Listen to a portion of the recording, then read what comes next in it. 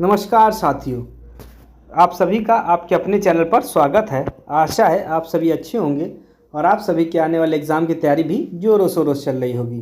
तो चलिए साथियों, जो आपकी यूपी टेट और सी टेट को ध्यान में रखते सीरीज चल रही है उसको आज हम आगे बढ़ाते हैं। और आज जो हम यूपी टेट के प्रीवियस ईयर प्रश्न को आज हम देखेंगे।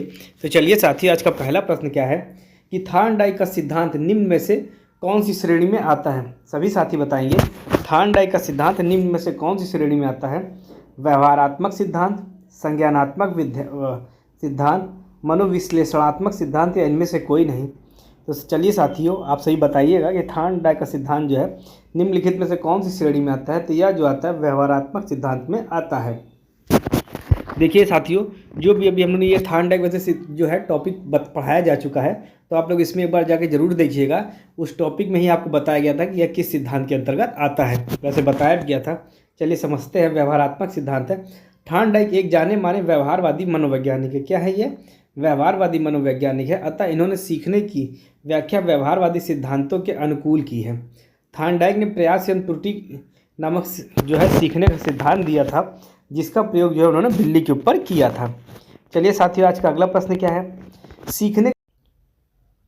तो चलिए साथियों, अगला प्रश्न देखते हैं। सीखने का वक्र किसके सूचक होते हैं? सीखने की प्रगति के सूचक होते हैं, सीखने की मौलिकता के सूचक होते हैं, सीखने के गत्यात्मक स्वरूप के सूचक होते हैं, या सीखने की रचनात्मकता के सूचक होते हैं। तो सभी साथी बताएंगे। तो जो सीखने का जो वक्र होता है ये सीखने की प्रगति के सूचक होते हैं। चलिए समझते हैं। सीखने की प्रगति के सूचक, सीखने की वक्र सीखने की प्रगति का सूचक होता है, क्योंकि सीखने की मौलिकता, गत्यात्मकता एवं रचनात्मकता जो होती है सृजनात्मक कार्यों से संबंधित होती है। अतः सीखने के लिए वक्र सीखने की प्रगति का सूचक होता है। चलिए आगे बढ़ते हैं। अगला प्रश्न है, व्यक्तित्व का सामाजिक अधिगम का सिद्धांत किसने दिया था?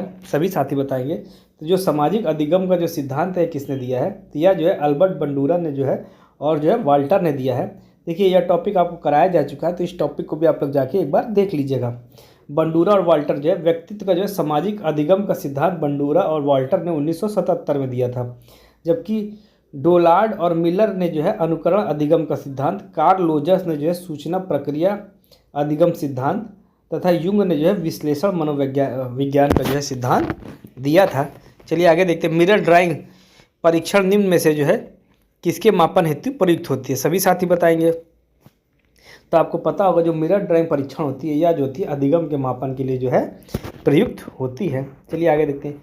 केंद्रीय प्रवृत्ति का एक माप होता है। क्या होता है? तो आपको पता होगा जो केंद्रीय प्रवृत्ति का होता है, मादिका होती है, केंद्रीय प्रवृत्ति का एक माप होता है। चलिए आगे।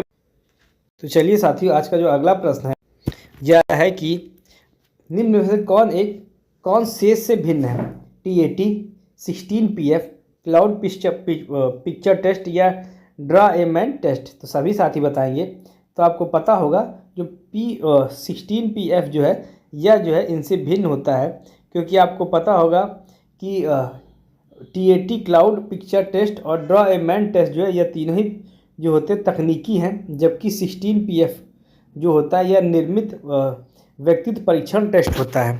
चलिए आगे बढ़ते हैं। विकासात्मक कार्य के प्रत्यय के प्रतिपादक कौन थे? यह थे हेविंगहर्स्ट जो थे विकासात्मक कार्य के प्रत्यय के प्रतिपादक थे। चलिए अगला प्रश्न देखा जाए। तो अगला प्रश्न है सृजनशीलता की पहचान हेतु किसको सृजनात्मक चिंतन परीक्षण का निर्माण किया?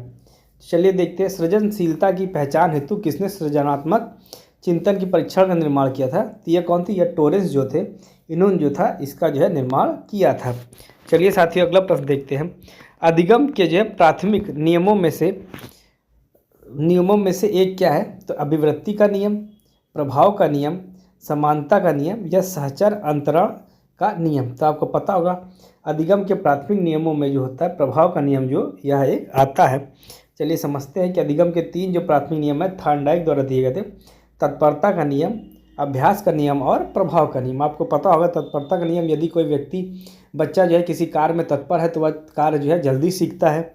यदि किसी अभ्यास का नियम क्या था कि यदि किसी कार्य को बार बार अभ्यास किया जाए तो वह कार्य होता है उसको जल्दी सीख जाता है।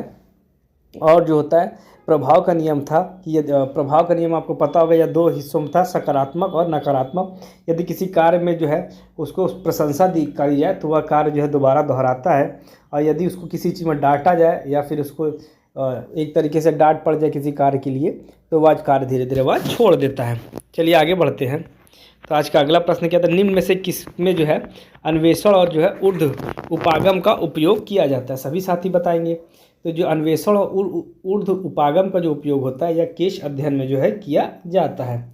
चलिए साथियों आज का अगला प्रश्न देखते हैं। तो चलिए साथियों आज का जो अगला प्रश्न है, जब व्यक्ति एक परिस्थिति का अधिगम दूसरी परिस्थिति में उसके सीखने के निष्पादन को प्रभावित करता है तो उसे क्या कहा जाता है? तो सभी साथी बताएंगे उसे क्या कहा जाएगा। उसे चिंतन कहा जाएगा, स्मृति कहा जाएगा, अधिगम अंतरण कहा जाएगा, या बौद्धिक विकास कहा जाएगा। तो यह जो होता है अधिगम अंतरण जो होता है या अधिगम अंतरण कहलाता है। क्या होता है, जब व्यक्ति का एक परिस्थिति में का जो अधिगम दूसरी परिस्थिति में उसके सीखने के तथा निष्पादन को प्रभावित करता है तो अधिगम अंतरण कहा जाता है। चलिए आगे बढ़ते हैं।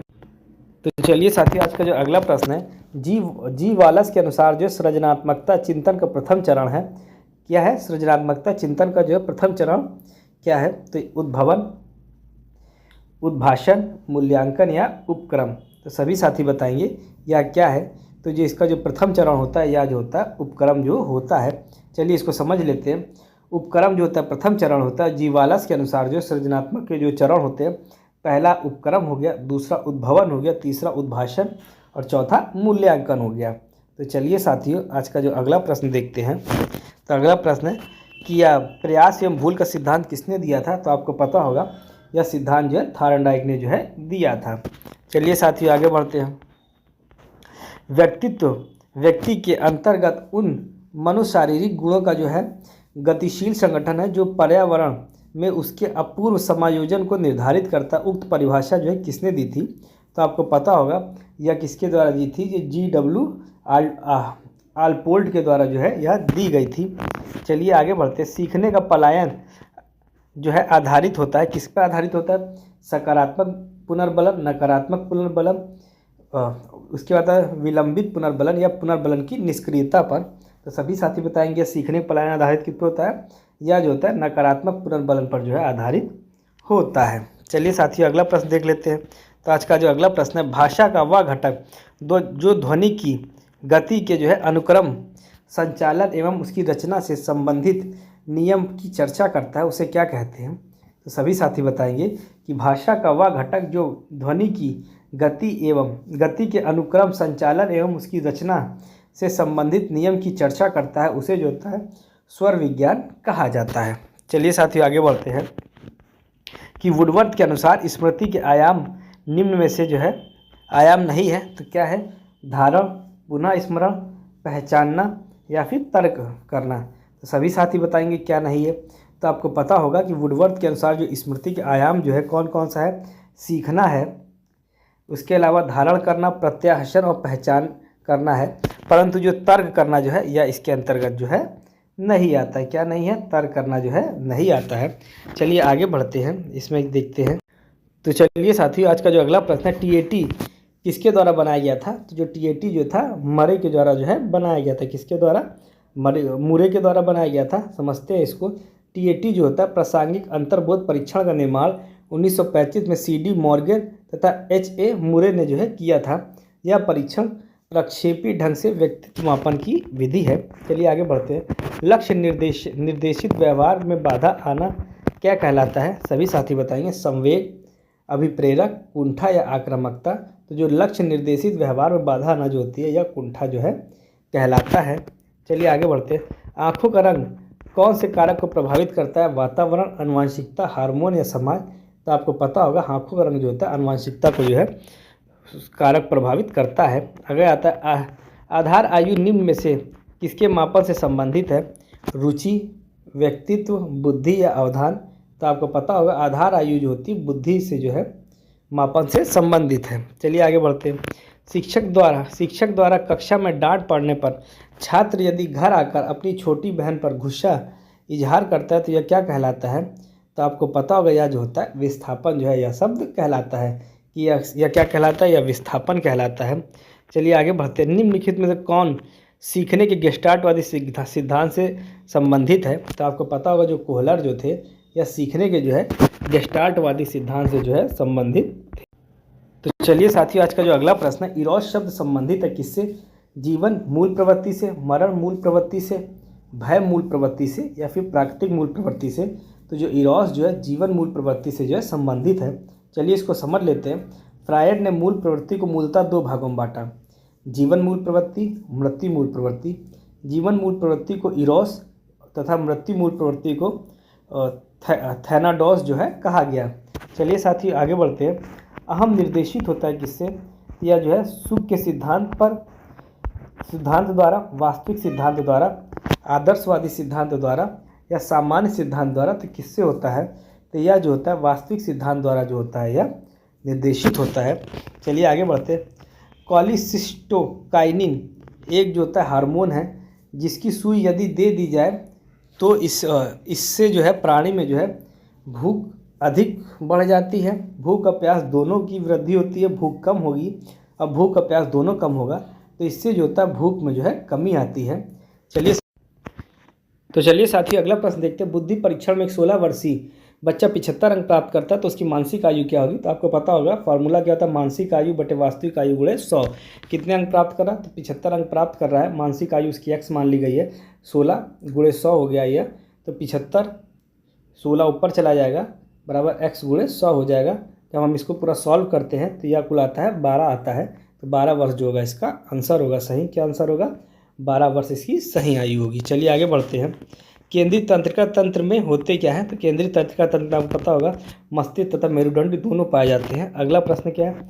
मनोग्रसित बाध्यता विकृति एक क्या है? चलिए देखते हैं इसको। मनोविच्छेदित विकृति है, समायोजन विकृति है, चिंता विकृति है, कार्य प्रारूप विकृति है। तो यह क्या है? यह एक प्रकार की चिंता विकृति है। चलिए साथियों अगला प्रश्न देखते हैं। आज का अगला प्रश्न देख लें। तो चलिए साथियों अगला प्रश्न है, सामूहिक अचेतन का संप्रत्यय द्वारा किसके द्वारा किया जाता है? तो यह द्वारा किया गया था सब देखिए, पावलोव के द्वारा, स्किनर द्वारा, फ्रायड द्वारा या युंग द्वारा। तो जो इसका सही आंसर होगा युंग द्वारा यह किया गया था। तो चलिए साथियों आज के प्रश्न यही समाप्त होते हैं। जो भी नए साथी जुड़े हैं वह चैनल को सब्सक्राइब कर ले जिससे कि आपको आगे की अपडेट मिलती रहे। चलिए साथियों धन्यवाद।